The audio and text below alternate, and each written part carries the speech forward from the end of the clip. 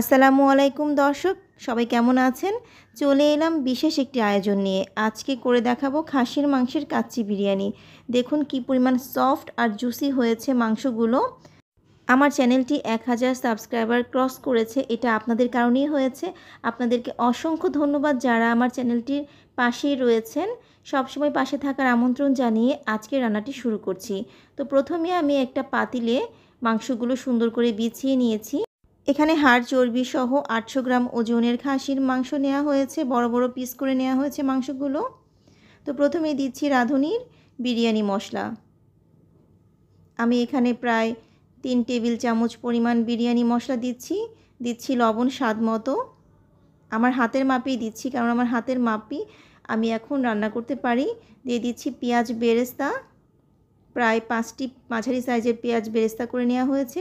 দিয়ে দিলাম টক দই 3 টেবিল চামচের মতো, দিচ্ছি কিশমিশ, দিচ্ছি আদা রসুনের পেস্ট একসাথে করে নেওয়া 1.5 টেবিল চামচ পরিমাণ, দিচ্ছি শাহি জিরা হাফ চা চামচ। এখন দিচ্ছি সয়াবিন তেল 2 টেবিল চামচ পরিমাণ। যেহেতু খাসির মাংসে বেশ খানিকটা চর্বি থাকে, তাই তেলের পরিমাণটা কম দিচ্ছি। এখন মাংসগুলো মশলার সাথে খুব ভালোভাবে হাত দিয়ে মেখে নিতে হবে। আমি কিন্তু মাংসগুলো খুব সময় নিয়ে মেরিনেট করব, প্রায় 2 ঘন্টার মতো আমি মাংস মেরিনেট করব। আপনারা যদি চান আরও বেশি সময় ধরে করতে পারেন, তবে মিনিমাম 1 ঘন্টা মশলার সাথে মিশিয়ে মাংস মেরিনেট করে রাখতে হবে। এখন আমি সামান্য পানি দিয়ে দিচ্ছি হাত ধোয়া। তারপর আমি 3টি মাঝারি সাইজের আলু মাঝখানে কেটে হালকা ভেজে নিয়েছি, আর আলুগুলো ঠিক এইভাবে বিছিয়ে দিচ্ছি। আলু বিছানো হয়ে গেলে ঢাকনা দিয়ে ঢেকে রাখবো আর 2 ঘন্টার মতো মেরিনেট করে নিব। অন্যদিকে আমি প্রায় হাফ কেজি পরিমাণ, মানে 2 পট পরিমাণ পোলাওয়ের চাল ভালোভাবে ধুয়ে পরিষ্কার করে নিয়েছি। এখন আমি একটা বড় পাতিলে গরম পানি বসিয়ে দিয়েছি, আর দিয়ে দিচ্ছি 2টি লং আর কিছু শাহি জিরা, আর দিচ্ছি লবণ 1 চামচের মতো, আর দিব সয়াবিন তেল 1 চামচের মতো। পানি যখন বলক চলে আসবে ঠিক সেই পর্যায়ে ধুয়ে নেওয়া পোলাওয়ের চালগুলো দিয়ে দিব, আর 70% মতো সিদ্ধ করে নিব। অবশ্যই বলক আসার পরে চাল দিতে হবে, না হলে কিন্তু চালগুলো আঠালো হয়ে যাবে। দেখুন কি সুন্দরভাবে ঝরঝরে হয়েছে, আর 70% মতো সিদ্ধ হয়ে গেছে। ঠিক এই পর্যায়ে আমি পানি ঝরিয়ে চালগুলো মেরিনেট করা মাংসের উপরে সুন্দর করে বসিয়ে দিচ্ছি। খেয়াল রাখতে হবে কাচ্চি রান্নার সময় যেন চালগুলো পুরোপুরি সিদ্ধ হয়ে না যায়। 60 থেকে 70% সিদ্ধ হওয়ার পরে কিন্তু নামাতে হবে। এরপর চালগুলো আমি একটি লেয়ার বসিয়ে দিলাম, তারপর দিয়ে দিচ্ছি ঘি, আর দিয়েছি কিছু পেঁয়াজ বেরেস্তা। এখন দিলাম গুঁড়া দুধ সামান্য পরিমাণ, তারপর আবারও বাকি চালগুলো বিছিয়ে দিচ্ছি খুবই সমানভাবে। খেয়াল রাখতে হবে সমান করে যেন চালগুলো বিছানো হয়।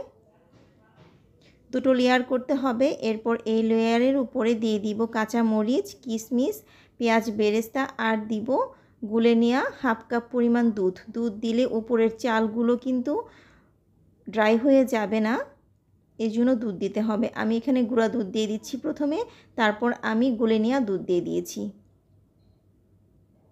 তো দর্শক, কাচ্চি রান্না কিন্তু খুবই সহজ। আপনারা কিন্তু চাইলে বাড়িতেই কিন্তু সাহস করে কাচ্চি রান্না করে ফেলতে পারেন আমার রেসিপিটি ফলো করে। দেখুন আমি এখানে ময়দা গুলে নিয়েছি যাতে একদম সিল করে দেওয়া যায় ঢাকনাটি।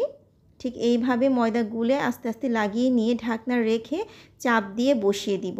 তারপর সাইড দিয়ে আমি এইভাবে বাকি ময়দা ভরিয়ে নিচ্ছি যাতে একদমই ছিদ্র না থাকে, এমনকি ভিতরের ভাপগুলো বা বাষ্পগুলো যেন বাইরে বের হয়ে না আসে। খুবই সহজ একটা প্রসেস, কিন্তু আমরা অনেকেই ভয় পেয়ে থাকি বাড়িতে রান্না করব কি না কাচ্চি। আপনারা সাহস করে একবার করে ফেলুন, দেখবেন খুবই দারুণ হবে। এখন আমি চুলায় বসিয়ে দিয়েছি 5 মিনিটের মতো হাই হিটে রান্না করে নিব। 5 মিনিট পর একদম কমিয়ে দিয়েছিলাম 1 ঘন্টা 45 মিনিটের জন্য।